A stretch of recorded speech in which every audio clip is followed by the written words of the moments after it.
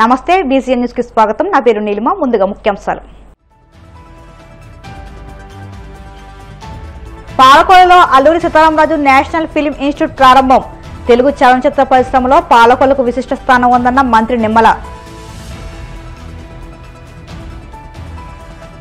విశాఖలో ఈ నెల 14-15వ తేదీలో జరిగే పార్ట్నర్షిప్ సమ్మిట్ ఏర్పాట్లను పరిశీలించిన మంత్రి డోలా.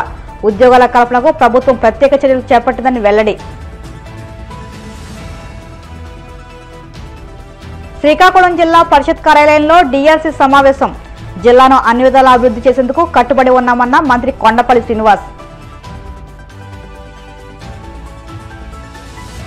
తుఫాను ప్రభావంతో ప్రజలు అన్నదాతలు తీవ్ర ఇబ్బందులు పడుతుంటే చంద్రబాబు లోకేష్ విహారయాత్రలు చేస్తున్నారు. వైసీపీ ఎమ్మెల్యే తాటికొ చంద్రశేఖర్ ఆగ్రహం.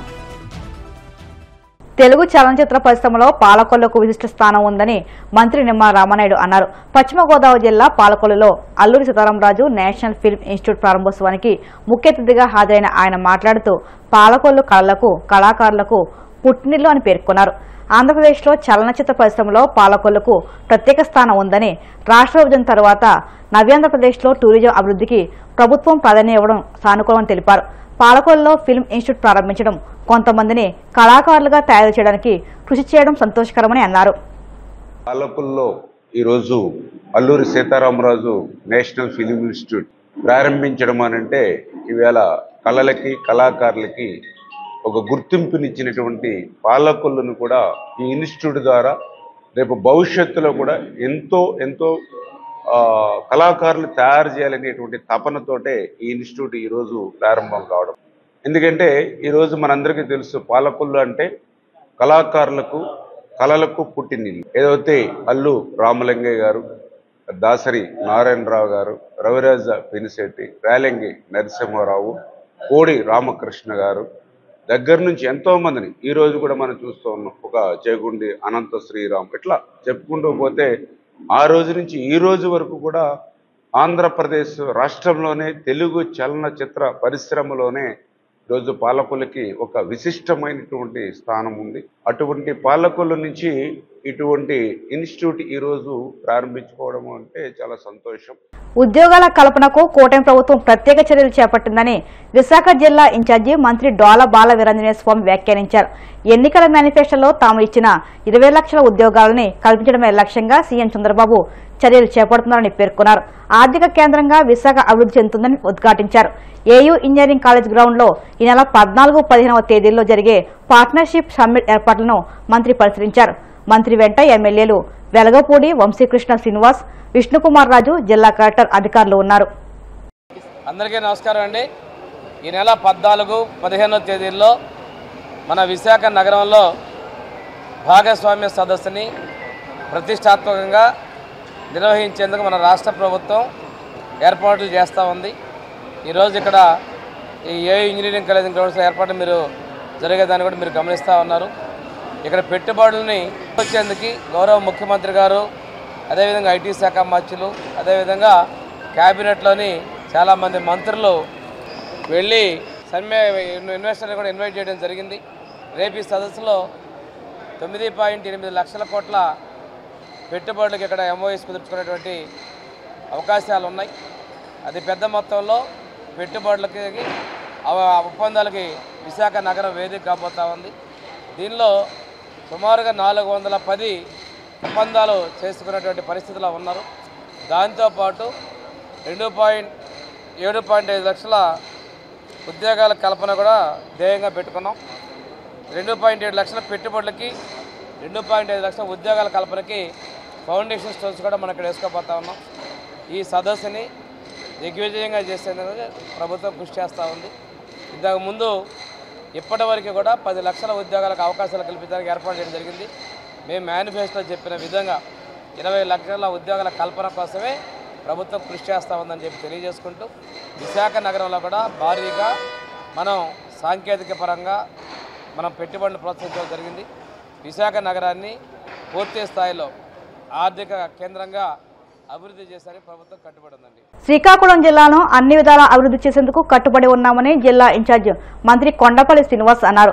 జిల్లా పరిషత్ కార్యాలయంలో నిర్వహించిన DRC సమావేశంలో వ్యవసాయం, దాని అనుబంధ శాఖలు, పరిశ్రమల శాఖ, పింఛన్లు, ఎన్ఆర్ఈజీఎస్, ఆరోగ్య శాఖ, స్కిల్ డెవలప్మెంట్ శాఖ, శానిటేషన్, మెడికల్ అండ్ హెల్త్ శాఖలపై వాడివేడిగా చర్చ జరిగింది. ఈ సందర్భంగా మంత్రి మాట్లాడుతూ ఇటీవల మోంతా తుఫానుతో నష్టపోయిన ప్రతి రైతును ప్రభుత్వం ఆదుకుంటుందన్నారు. మత్స్యకార తీర ప్రాంతాల్లో అభివృద్ధి పనులు చేపట్టాలని సూచించారు. గత ప్రభుత్వం తొలగించిన వితంతు పింఛన్లను పునరుద్ధరించామన్నారు. ఎంఎస్ఎంఈ పార్కుల్లో కొత్తగా సబ్స్టేషన్ ఏర్పాటు చేస్తామని తెలిపారు.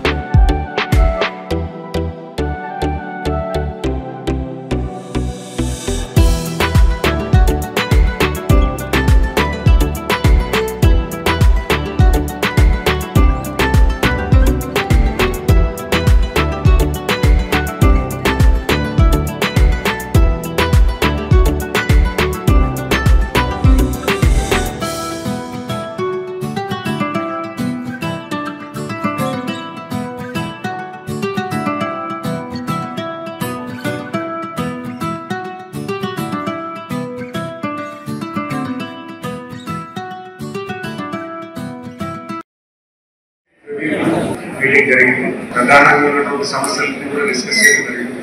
జిల్లా అభివృద్ధి పట్ల, జిల్లా సంక్షేమ పట్ల, జిల్లా ప్రజానీకానికి ఒక మంచి జీవనోధానం కల్పించే పరిపాలనకి రాష్ట్ర ప్రభుత్వం ఎటువంటి వినతులు ఇవ్వాలి, అవన్నీ విషయాలు కూడా ఈరోజు ఇక్కడ డిస్కస్ చేయడం జరిగింది.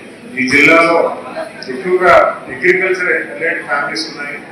వ్యవసాయం మీద ఆధారపడిన ఫ్యామిలీస్ ఎక్కువగా ఉండడం వల్ల అగ్రికల్చర్ ఇష్యూస్ అన్నీ కూడా డీటెయిల్గా మాట్లాడడం జరిగింది. ఇక్కడ ఉన్నటువంటి ఎంప్లాయ్మెంట్ సమస్యను అడ్రస్ చేయడానికి కూడా ఇండస్ట్రియల్ గ్రోత్ ఈ జిల్లాకు కావాలి, ఈ జిల్లాకు ఉన్నటువంటి ఆపర్చునిటీస్ ఏంటి, ఇండస్ట్రియల్ పార్క్స్ ఏంటి, ఇండస్ట్రియల్ డిపార్ట్మెంట్ ఏ రకంగా పనిచేస్తున్న విషయాలు కూడా అక్కడ మాట్లాడడం జరిగింది. రీసెంట్గా వచ్చినటువంటి వర్షాల వల్ల శానిటేషన్ ఇంప్రూవ్ చేయడానికి ఏ రకంగా చర్యలు తీసుకుంటున్నారు, హెల్త్ ఎలాగా చెక్ చేసుకుంటున్నారు, దీర్ఘకాలిక సమస్యలు ఏవైతే ఉన్నాయో వాటిని కూడా పరిష్కారం ఏ రకంగా మీరు ముందుకు వెళ్తున్నారు, రెగ్యులర్గా ఉన్నటువంటి పంచాయతీరాజ్ అడ్మినిస్ట్రేషన్ అవ్వచ్చు, డుమా అవ్వచ్చు, అలాగే డిఆర్డీ అవ్వచ్చు, ఇవన్నీ కూడా డిస్కషన్ పెట్టుకున్నాం. సో కానీ ఇప్పుడున్నటువంటి విషయాలన్నీ కూడా ఏవైతే ప్రతిపాదనలు ఉన్నాయో అవన్నీ కూడా రాష్ట్ర ప్రభుత్వానికి తీసుకెళ్ళి సకాలంలో శాంక్షన్ చేయించడం అవ్వచ్చు, లేకపోతే అడ్మినిస్ట్రేషన్, డిస్ట్రిక్ట్ అడ్మినిస్ట్రేషన్ తీసుకోవాల్సిన నిర్ణయాలు అవ్వచ్చు, ఇవన్నీ కూడా ఈ మీటింగ్ డిస్కస్ చేసి పొందుపరచడం జరిగింది. సో ఖచ్చితంగా గౌరవ ముఖ్యమంత్రి గారి నాయకత్వంలో, మా deputy chief minister Pawan Kalyan గారి నాయకత్వంలో, మా యువ నాయకులు హెచ్ఆర్డీ మినిస్టర్ నారా లోకేష్ గారి నాయకత్వంలో, ఇక్కడ ఉన్నటువంటి జిల్లా మంత్రులు కానీ, శాసనసభ్యులు కానీ, కేంద్ర మంత్రులు కానీ, అలాగే అధికారులు కానీ అందరూ కూడా ఒకటే ఆలోచనతో శ్రీకాకుళం జిల్లా ఏదైతే మనం అభివృద్ధి బాటలో చేయాలనుకుంటున్నామో పూర్తి స్థాయిలో అంకిత భావంతో మంచి ఆలోచనతో పనిచేయడానికి మేము అందరం కూడా సిద్ధంగా ఉన్నాము. ఈ విషయం అన్నీ కూడా ఒక మంచి మీటింగ్ జరిగిందని భావిస్తూ వచ్చినటువంటి అధికారులు కానీ, ప్రజాప్రతినిధులు కానీ అందరికీ కూడా పేరు పేరున ధన్యవాదాలు తెలియజేస్తున్నాను. విజయనగరం జిల్లా భోగాపురం అంతర్జాతీయ విమానాశ్రయ నిర్మాణ పనులు 91.7% మేర పూర్తయినట్లు కేంద్ర మంత్రి రామ్మోహన్ నాయుడు వెల్లడించారు. విమానాశ్రయ పనులను పరిశీలించిన అనంతరం ఆయన మీడియాతో మాట్లాడారు. ఎయిర్పోర్ట్ నిర్మాణాన్ని సీఎం చంద్రబాబు ఓ ఛాలెంజ్గా తీసుకున్నారని తెలిపారు. ఎన్ని అవాంతరాలు ఎదురైనా విమానాశ్రయాన్ని పూర్తి చేసే కృతనిశ్చయంతో ముందుకు వెళ్తున్నట్లు తెలిపారు.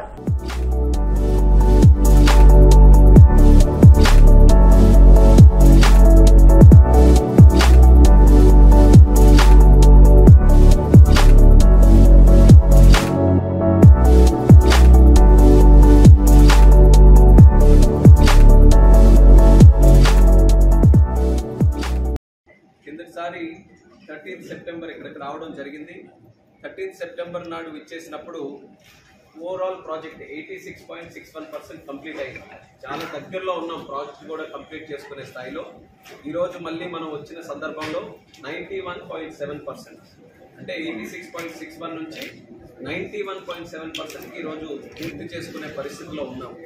నేను ఎప్పుడు కూడా గుర్తు చేస్తూ ఉంటాను, మొట్టమొదటిసారి ప్రభుత్వం ఏర్పడిన తర్వాత చంద్రబాబు నాయుడు గారు ఇక్కడ రివ్యూ పెట్టుకున్నప్పుడు ఆయన ఒక ఛాలెంజ్గా ఒకటి అప్పచెప్పారు. ఈ ప్రాజెక్టు సివిల్ ఏవియేషన్ మినిస్టర్గా అయ్యావు కాబట్టి, ఈ ప్రాంతం నుంచి వచ్చావు కాబట్టి, ఇది డిసెంబర్ 2026లో ఎస్టిమేటెడ్ కంప్లీషన్ డేట్ ఉంటే దానికి 6 months ముందే మనం కంప్లీట్ చేయాలి.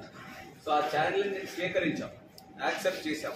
అందరినీ ఆన్బోర్డ్ చేసి ఒక ఎయిర్పోర్ట్ కట్టాలంటే నిజంగా మీరు అందరూ ఆలోచించండి, ఒక చిన్న బిల్డింగ్ మన ఊర్లో ఒక ఇల్లు కట్టాలన్నా కనీసం 3 years పడుతుంది దానికి ఈ రోజుల్లో.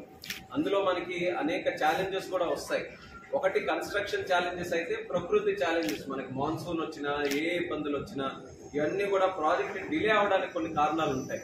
అయినా సరే వాటన్నిటిని కూడా ఎదుర్కొని రికార్డు టైంలో ఈరోజు ఎయిర్పోర్ట్ని మనం కన్స్ట్రక్ట్ చేయడం జరుగుతుంది. అంటే మన ప్రభుత్వం వచ్చిన తర్వాత సుమారు 25% ఆ రోజు వర్క్స్ ఉంటే ఈరోజు వితిన్ 16 to 17 monthsలో మనం అది తీసుకొని వచ్చి 91.7%కి అంటే 90sలోకి వచ్చేసాం. ఇంకో 8.3% ఇక్కడ ఫినిష్ చేయాల్సినటువంటి పరిస్థితి ఉంది. మనం జూన్ 2026కి ఇక్కడ నుంచి ఫ్లైట్స్ ఆ టైంలో ప్రారంభించాలనే ఒక ప్రోగ్రాం పెట్టుకున్నాం. అయితే డిసెంబర్ ఎండ్ కానీ జనవరిలో కానీ ఎర్లీ జనవరిలో కానీ టెస్ట్ ఫ్లైట్ ఒకటి వాలిడేషన్ ఫ్లైట్ అని ఉంటుంది. ఆ ఫ్లైట్ కూడా ఇక్కడ ల్యాండ్ చేయడానికి ఫస్ట్ ఫ్లైట్, అది టెస్టింగ్ ఫ్లైట్ కింద అది ల్యాండ్ చేయడానికి అన్నీ కూడా ఆన్ ప్రోగ్రెస్ బ్రహ్మాండంగా ఉన్నాయి. సో ఆ కార్యక్రమాన్ని కూడా చేసి వీలైతే ముఖ్యమంత్రి గారు కూడా కార్యక్రమానికి ఆహ్వానించాలని చూసుకుంటున్నాం. అలాగే ఈ ప్రాజెక్టు తాలూకా ఇంపాక్ట్ ఏ రకంగా ఉంటుందనేది ప్రతి ఒక్కరికి కూడా ఈరోజు తెలుసు, అర్థం కూడా చేసుకున్నారు. మేము గతంలో కూడా చెప్పాము, ఎయిర్పోర్ట్ కడుతున్నామనంటే కేవలం రాకపోకల కోసం కాదు, ఇక్కడ జాబ్ క్రియేషన్ జరగాలి. జాబ్ క్రియేషన్ జరగాలనంటే ఏరోస్పేస్ ఏవియేషన్ ఇండస్ట్రీస్ రావాలి. పెద్ద పెద్ద కంపెనీలు ఏవియేషన్ తో రిలేటెడ్ చాలా ఇండస్ట్రీస్ ఈరోజు ఉన్నాయి. ఇంజనీర్స్ దగ్గర నుంచి స్కిల్డ్ పీపుల్ వరకు ఎంప్లాయ్ చేసుకునే కెపాసిటీ ఏవియేషన్ ఇండస్ట్రీకి ఉంది. ఇప్పుడు కాసేపు ప్రకటనలు.